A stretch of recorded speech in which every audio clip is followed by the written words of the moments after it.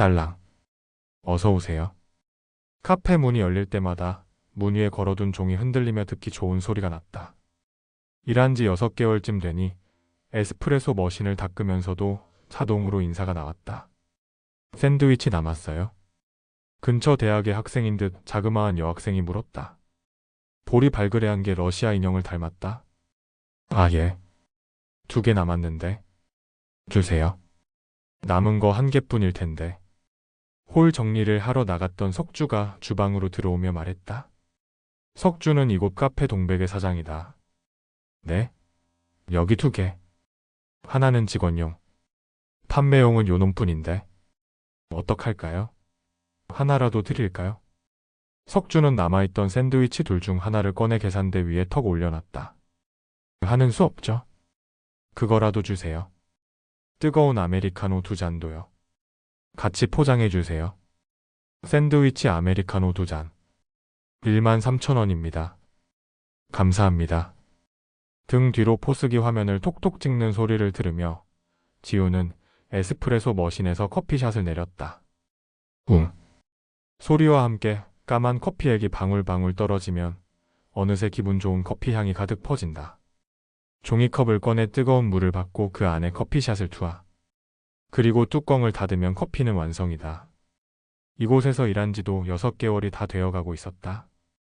1년 남짓 되는 결혼 생활이 끝난 건 올해 여름이 오기 전이었다. 지훈이 집에서 나왔다는 말에 새어머니는 위로는커녕 불같이 화를 냈다. 미쳤니? 결혼에 돈이 얼마나 들어갔는데? 이혼을 할 거면 위자료라도 받고 나와야지. 예상 못했던 건 아니었다. 지훈의 결혼은 새어머니에겐 투자였으니까? 혼인신고가 안 돼 있었대요. 뭐? 확인해 봤어요.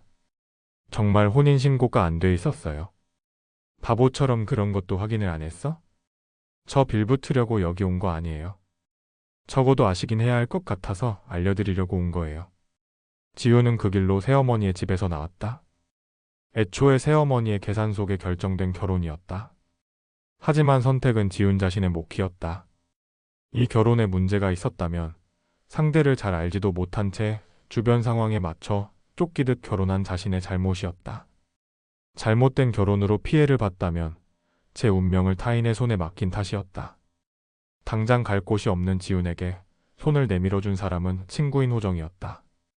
호정의 작업실에서 신세를 지던 중에 우연히 카페 알바를 구하게 됐고 카페 사장의 소개로 같은 건물의 빈 원룸을 싸게 얻었다. 산다는 게 참 신기했다. 갈 곳도 없이 당장 집에서 나왔을 땐 고시원이라도 들어가야 하나 했었는데 어느새 하나씩 해결이 되는 걸 보면 지훈 씨 배 안 고파? 고개를 들자 키가 큰 석주가 자신을 굽어보고 있었다. 카페 동백의 사장 강석주. 큰 키의 모델 같은 몸매. 쌍꺼풀 없이 길쭉하게 찢어진 눈에 우뚝한 콧대. 특히나 육감적인 느낌이 드는 입술은 솔직히 볼수록 감탄스럽다. 아무리 남자라도 저 정도 외모면 어디에 내놔도 눈에 띌 게 분명했다. 샌드위치 먹고 하지? 그럴까요? 우유 데워줄게. 밖에 앉아서 먹어? 우유는 제가? 됐어. 이 정도는 직원 복지라고 생각해. 석주는 냉장고에서 우유를 꺼내 스팀용 피처에 따랐다. 길쭉한 손가락으로 버튼을 누르자 피처 위쪽으로 부르르 우유 거품이 일었다.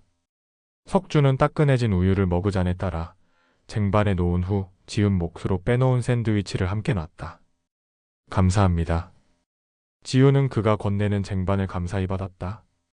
얼마 전부터 시작한 벽화 알바 때문에 점심을 거르기 일쑤여서 내색하지 않아도 이 시간쯤 되면 확실히 배가 많이 고팠다. 석주가 이렇게 챙겨주는 게 감사할 뿐이었다. 와삭? 지우는 입구 쪽 테이블에 앉아 샌드위치를 먹기 시작했다. 속을 꽉꽉 채운 샌드위치는 입맛에 딱 맞았다. 꼭꼭 씹어 삼키다 주방에서 밖을 보던 석주와 눈이 딱 마주쳤다. 맛있어요. 지훈이 엄지를 치켜들자 석주가 활짝 웃었다. 맛있다니 다행이네. 길쭉한 눈꼬리를 늘어뜨리며 웃는 모습이 보는 사람을 설레게 했다. 오전 알바인 준태의 말에 따르면 외국 유학파의 집안 배경도 대단한 것 같다고 했다. 준태는 언젠가 고급 승용차를 타고 온 변호사가 사장에게 도련님이라고 부르는 걸 들었다며 호들갑을 떨었다. 그런 거 있잖아요, 누나. 드라마에 나오는 후계자 수업 같은 거. 지우는 샌드위치를 씹다 말고 준태의 말이 떠올라 실없이 웃고 말았다. 후계자의 경영 수업이라니. 이렇게 외진데 있는 카페 하나로 뭘 증명할 수 있다고 그런 걸 여기서 한단 말인가. 지우는 김이 오르는 따끈한 우유를 호흡 불어서 한 모금 마시고는 창밖으로 보이는 뿌연 하늘을 올려다봤다. 낮게 내려앉은 하늘은 당장이라도 눈을 뿌릴 것 같았다. 쓰레기 버리고 올게. 석주는 종량제 봉투에 야무지게 담은 쓰레기를 양손에 각각 하나씩 들고 홀을 가로질러 뒷문으로 향했다. 다녀오세요. 지우는 씻어서 엎어둔 블렌더와 밀폐 용기들을 정리해 제자리에 두고 재료들을 확인하는 중이었다. 마감에 이렇게 조금씩 준비를 해두면 아침에 문을 열 때 조금 수월하리라는 계산이었다. 종일 하늘이 흐리다 싶더니 해가 떨어지자 기온이 확 떨어진 것 같았다. 출입문이 움직일 때마다 카운터 쪽으로 싸늘한 냉기가 들이쳤다. 달랑. 어서 오세요. 문 열리는 소리에 지우는 돌아서며 인사부터 했다.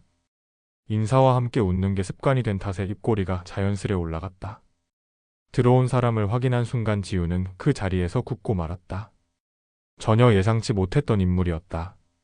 놀라서 굳은 지훈과는 달리 도영은 전혀 놀란 것 같지 않았다. 잘 지내나 보네. 좋아 보인다. 슈트에 겨울 코트 차림의 도영은 늘 그렇듯 깔끔하고 단정해 보였다. 집착적일 정도로 위생에 신경을 쓰는 그답게 흐트러진 구석이라곤 전혀 찾아볼 수 없었다. 이런데 숨어 있으니 도통 찾을 수가 있어야지. 즉, 나직하게 혀 차는 소리가 뒤따랐다. 깔보는 것처럼 혀를 차는 건 도영의 습관 중 하나였다. 지우는 눈에 힘을 주었다. 더 이상 주눅들 필요 없다. 이제 자신은 저 남자의 무엇도 아니니까. 당연히 눈치 볼 필요도 참아야 할 이유 또한 없었다. 더 이상은 그러고 싶지 않았다. 위자료 아쉽지 않아? 혼자 살려면 돈이 필요할 텐데. 왜? 아쉬우면 주려고? 지우는 일부러 콧방귀를 뀌었다. 이제 와서 무슨 위자료? 위자료를 줄 인간이었다면 애초에 그런 식으로 하지 않았으리란 확신이 있었다. 맨몸으로 나온 지 1년이 다 돼가는 시점에 갑자기 나타나서 위자료 운운하면 누가 혹할 줄 안다는 건지. 돈이면 뭐든 다 된다고 생각하는 도영의 사고방식을 생각하면 뭐가 됐건 꿍꿍이가 있음이 분명했다. 그가 좋은 마음으로 자신을 찾았을 리가 없다는 생각이 들었다. 당신 하는 거 봐서 내가 너그럽게 넘어가 줄 수도 있어. 뭘 너그럽게 넘어간다는 말인데? 집에서 멋대로 뛰쳐나간 거 없던 일로 해주겠다고. 이제 와서? 왜? 무슨 속셈인지 모르겠지만 다시 바보짓 하고 싶진 않았다. 실수는 한 번으로 족하다. 다시는 아까운 시간을 허비하고 싶지 않았다. 미안하지만 난 싫은데? 진짜 이렇게 사는 게 좋다고? 도영은 믿어지지 않는다는 듯 카페 안을 휘둘러 봤다. 왜? 물이라도 뿌려야 갈 거야? 지우는 개수대 옆에 있던 바가지를 집었다. 개수대 한 곳에 설거지를 하고 아직 빼놓지 않은 물이 보였다. 지우는 망설임 없이 바가지로 물을 펐다. 추운 날씨에 구정물 뒤집어 쓰고 싶어? 왜 이래 무식하게? 도영이 흠칫 뒤로 물러섰다.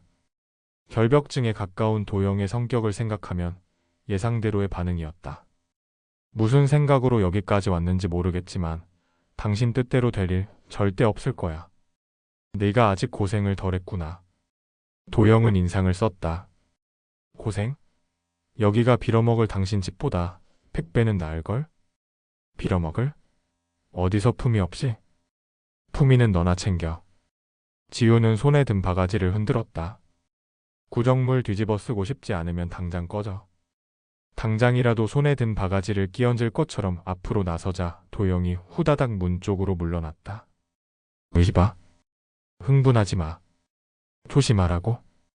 당장 안 나가? 지우는 당장이라도 물을 뿌릴 것처럼 바가지를 높이 들었다. 그러자 후다닥 도영이 밖으로 몸을 피했다. 다음에 다시 올게.